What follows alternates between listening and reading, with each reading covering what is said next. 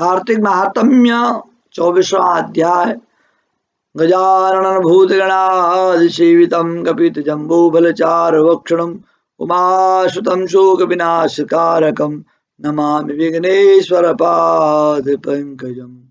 लम्बोदरं नमस्तुभ्यं शतमोदकप्रिय निर्विघ्नं कुरु मो देव सर्वकार्येषु सर्वदा। ऋषि पूछने लगे, हे सूजी, बड़े आश्चर्य की बात है कि अदिति अग्नि में प्रवेश, अग्नि नहीं जली। अदिति माता तपस्या करे थी, राक्षसों ने आग लगा लिया, परंतु अदिति माता अग्नि में नहीं जली। तब सूजी ने कहा, इसमें आश्चर्य की कोई बात नहीं। भगवान के स्मरण मात्र से सब संकट दूर हो जाते हैं। जो भगवान का स्मरण करता है, भगवान का ध्यान करता है, भगवान के निमित्त कार्य करता है, उसका ध्यान करने वाले भक्त को कौन कष्ट दे सकता है। जब अग्नि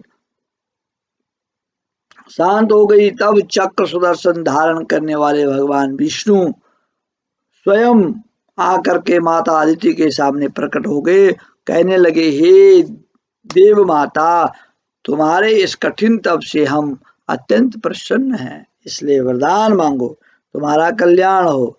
तब अदिति ने हाथ जोड़कर भगवान की स्तुति की, हे भगवान, जिसके स्मरण मात्र से सब क्लेश नाश हो जाते हैं,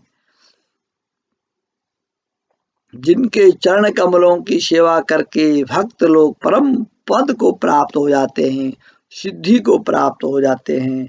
यज्ञ में स्थित यज्ञ के प्रबोध करता, जिनकी माया को ब्रह्मादि देवता भी नहीं जान सकते, जिनके मन से सूर्य चंद्र, मुख से ब्राह्मण, भुजाओं से क्षत्रिय, जंगा से वैश्य, पैरों से शूद्र की उत्पत्ति हुई है, ऐसे भगवान को नमस्कार है।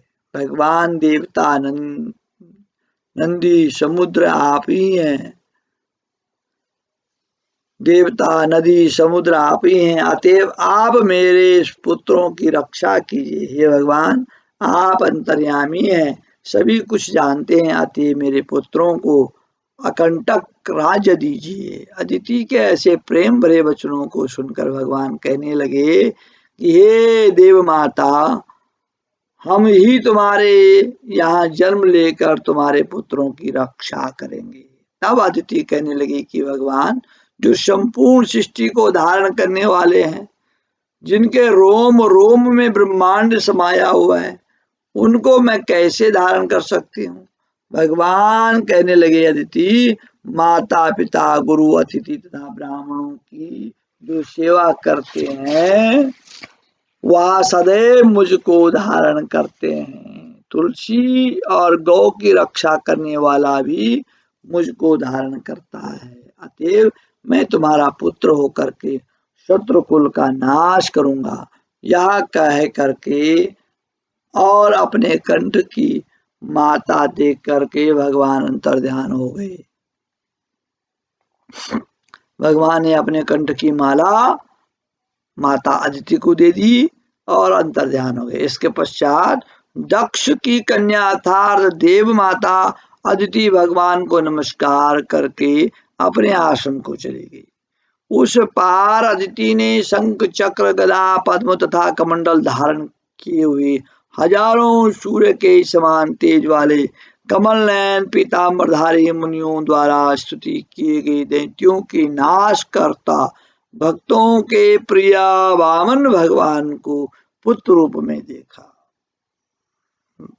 तब कश्यप आदि ऋषि भगवान की स्तुति करने लगे।